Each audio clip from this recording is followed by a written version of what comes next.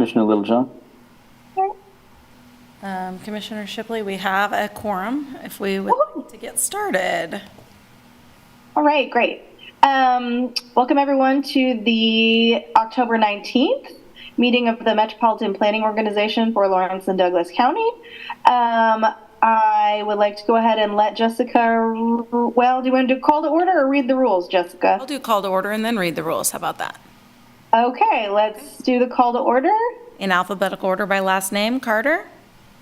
Here. Kelly. Not here yet. Littlejohn. Here. Shipley. Here. Smith. Here. We have a quorum. And I will read you the rules for this hybrid meeting today. Good afternoon. We have a few housekeeping items aside. This meeting is being recorded and broadcast on the city's YouTube channel. Please remember to mute yourself during the meeting when you're not speaking. The chat function for this meeting is disabled and all chats will directly go to me as host. Unless you're participating during the meeting, please turn your video off. This allows the active meeting participants to be seen on screen. You'll still be able to hear the meeting when you're participating. Please turn your video on. If you have any trouble, you can send me a chat. The MPO reserves the right to mute or turn individual videos off to minimize distractions in the meeting. I'll turn the meeting back over to Chair Courtney Shipley. Thank you. That brings us to public comment. Is there anyone there in the room or online? There is no one in the room, and there is no one online that has raised their hand they would like to provide public comment. Okay. I do see a person. Is that someone we're expecting? Oh, yes. That's a We so rarely have visitors. Yes. I appreciate that. I can take the opportunity to introduce that individual. That's Eleanor Mathis, and she is our KDOT liaison who works with Allison Smith to oversee our grant program. So normally she serves as our representative on the technical advisory staff committee, but she also attends these meetings to track what's happening at the policy board. Excellent. Well, that's great. Okay, well, let's go on then to approve the minutes for August 17th. Were there any comments or changes people needed to make? Okay, not seeing or hearing from anyone. Are there any motions? I'd move to approve Allison Smith KDOT. Second. I have a first and second. Okay. I'll call roll call. Carter? Abstain. Okay. Littlejohn? Yes. Shipley? Yes. Smith? Yes. Motion carries 3-0 with one abstention. Very good. And that brings us to our regular agenda items, Transportation 2050 Amendment 1. Thank you. Let me share my screen real quickly.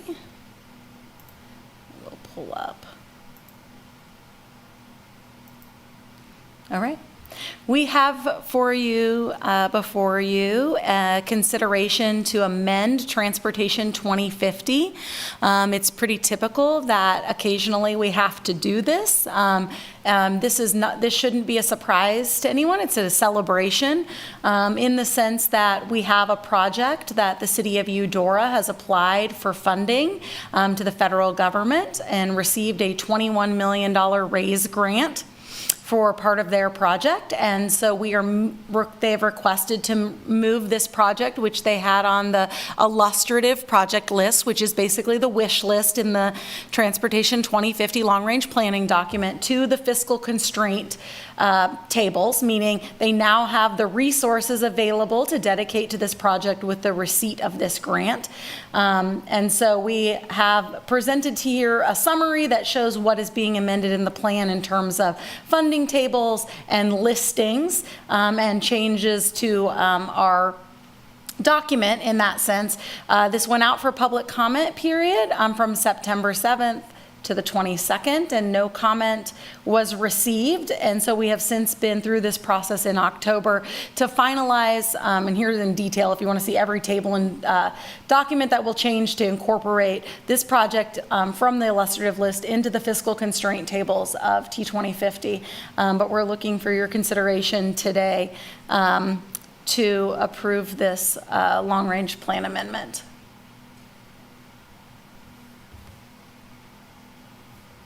Okay, are there any questions? David Carter, I just have a I'm just curious, aside from the information that needed to be changed to reflect the grant, is any funding of any other project affected in any way?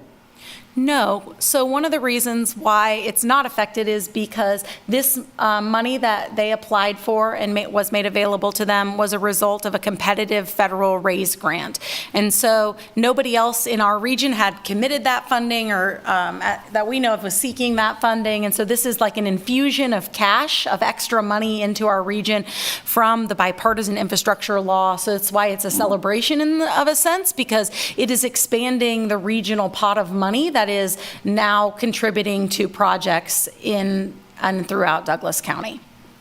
That's great, thank you. I just wondered if there was any kind of like fungibility requirements that required things to be compensated for someplace else. No, anything and like that, but fortunately for them, they qualified. It's 100% federal funded. There's no match for them as part of this project. So there wasn't even a trade-off that they had to make or other additional funding they had to contribute. This is 100% $21 million commitment from Federal Highways for their project.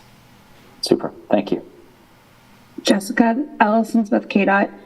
Is this the next step for this project to be put in the TIP? Or what's that? Yeah, so the next, look like? the next item on the agenda tonight is going to be a TIP amendment that we have processed outside of our quarterly amendments because we wanted to take these together to show in the process that we are both amending the plan. The reason why we have to amend the plan is because in order to receive and obligate the federal funding, the project must also be in the TIP. In order to be in the TIP, it must be in the plan. So we are following the process required in that sense, and the next item we'll be talking about on the agenda includes that project as well as some others. We opened up the call for greater projects as we did that next TIP amendment. But yeah, we will be completed then with our MPO responsibilities, assuming passage of both of these items tonight for their project at this point in time, based on them to move forward and get obligation and their agreements and stuff for their raise project. Awesome. Concurrently is great. Yeah. So. Any other questions? Let's see if we have any public comment. There is no one in the room, and no one has raised their hand online. Very good. Is there any other discussion? And if not, I'll entertain a motion.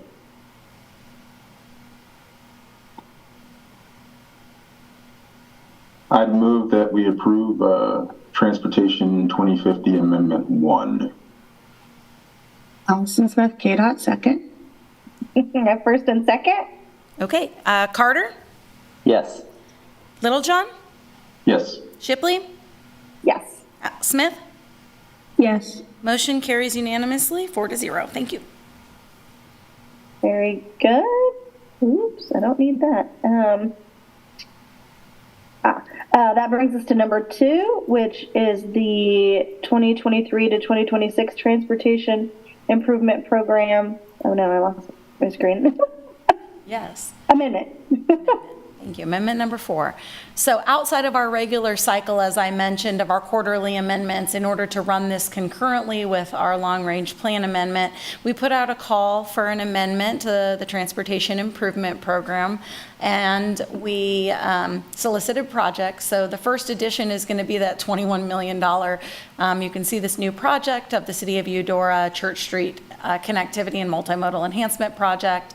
And then KDOT also had a bridge project to add, and Lawrence Transit added a bunch of the more recent funding agreements that they have finalized and are working through with KDOT, majority of which are as part of the Access, Innovation, and Collaboration grant making that they have had. And so as part of that, you can see the additional projects that Transit has added to the Transportation Improvement Program, so we can show not only fiscal constraint in the TIP document, but representative look at how transportation implementation is happening in our region. I'd be happy to try to entertain any questions you have about specific projects.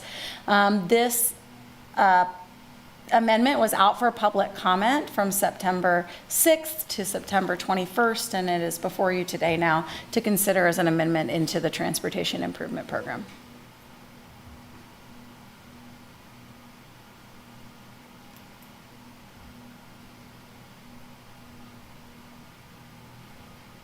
Are there any questions?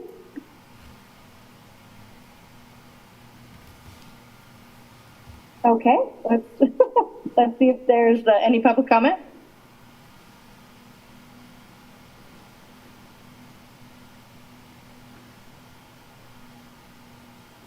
Oh, can you hear me? Oh, I'm sorry. Okay. There's no one in the room and no one has raised their hand online. Okay, great. Is there any discussion? Looks good. All right. Does anyone like to make a motion?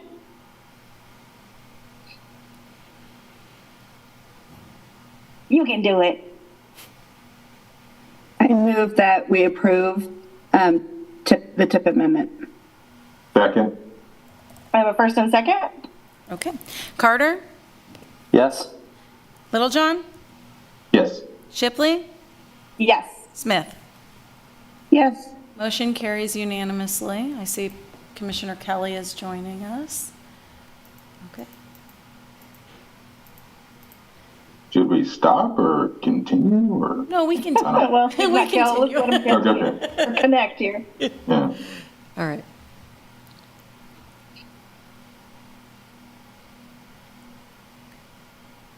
Are we ready to move on to quick updates? Oh, it looks like he's connected. Yeah. Let's go ahead and move on to the quick updates. Okay. Most of these are just all updates. This is a preface for you. These are all things you're going to see in November. So we have our 2023 work plan amendment out for some changes we needed to make to our budget and work program to clean some stuff up. We have a new 2024 Unified Planning Work Program for the MPO out for next year, and that is out for public comment still. And then we also put out for public comment the 2024 federally required safety targets. Remember, we have this discussion each year, and we'll entertain that discussion, presentation of those in November, and consideration of adopting those targets to meet our federal requirements. So those things are all coming to you. Those are all works in progress that we have going on in our office. I'd be happy to entertain any questions anybody has about any of them, but that'll give you an idea about what you'll see next month. That's great. Thank you very much. I know everyone seems to be shaking their head that they're excited about all of that. Is there any other business? Commissioner Shipley, I just would remind everybody that next Tuesday evening, starting at 5 o'clock, we have our last local consult, which is a virtual option in case anybody was busy on all the others. And so you can find out that information on the website. So it'll be about an hour and a half long. You'll be divided into your districts. So you're talking with a facilitator about projects in your district. So that is happening. Thank you. Anything else? Okay, that's good. We don't usually, I'm sorry, I don't know that we usually have public comment on here, but I do see you raising your hand. Go ahead. Do you have a question? Zoom wanted to update my software and then wouldn't let me in. Oh, I'm so sorry. Until I reset my password, so I missed public comment. May I make one now? You know what? Since it is entirely up to my discretion, yes, Okay. please do. I'm an experienced cyclist of over 20 years, and I can tell you that there is an epidemic of bike theft going on at this time. They're stealing not only bikes, but bike racks, and they're doing this in daylight. So I'm prepared next month to give you something of a presentation. Since it involves bike parking, the Multimodal Transportation says it's not their domain. They don't do bike parking, which I believe is nonsense. Nevertheless, I reached out today to the courthouse and talked to a fellow that's in charge of projects. I wanted to make sure. Well, I wanted to ask them while they're doing the work on the courthouse and removing things like bushes in the front. that they planned for bike parking. There was no plan whatsoever, and it hadn't even been thought of. The bike parking there now is not, it's over by the Judicial Center, and it's not adequate. Also, they're talking about a museum addition to the Watson, and I expect they're not working on that either. So I want to get out in front of this, but I want to go over the subject with you, and I will do so next month. Okay, thank you. I appreciate you coming. I see Jeff on here. I don't know if he can hear us. Would you mind me to ask you a question about that, Jeff? Yes, Commissioner Shipley, of course. I don't think the camera and I are quite in agreement, unfortunately, but I'll try my best here. Well, yeah, that's why I wondered if someone does have a concern about bike parking. I don't know that it's not multimodal's problem, but maybe it's more a planning issue. Could you comment on that somewhat? Oh, there it goes. Okay. Yeah, we'd be happy to. So it is a common item that we tend to get through our code compliance division here at Planning and Development Services, because bicycle parking, if it is required, is a function typically of the city's land development code. And so when code compliance is notified of those issues, they go out and take a look at it to see, is it compliant with the site plan that is in place? And if it's not, then we have the conversations with the owners. And so that's something we can definitely take a look at. I don't know if, I can't speak for Multimodal Transportation Commission, but usually on issues where bicycle parking is required and absent, that's something our staff will work on and try to resolve. Okay, thank you, Jeff. Hey, JT, if you're going to come back next month, and I hope you have seen Jeff speak here, maybe you could contact him or email with him a little bit more and get some of your answers, and we'll look forward to hearing from you next month. Thank you very much. Okay, let's see. Any other business? I have none. Okay. All right. Well, that brings us to our next meeting, which will be November 16th, as just indicated. So I will look forward to seeing all of you then. Have a great day. Thank you. Don't forget Zombie Walk, you guys. Zombie Walk's tonight.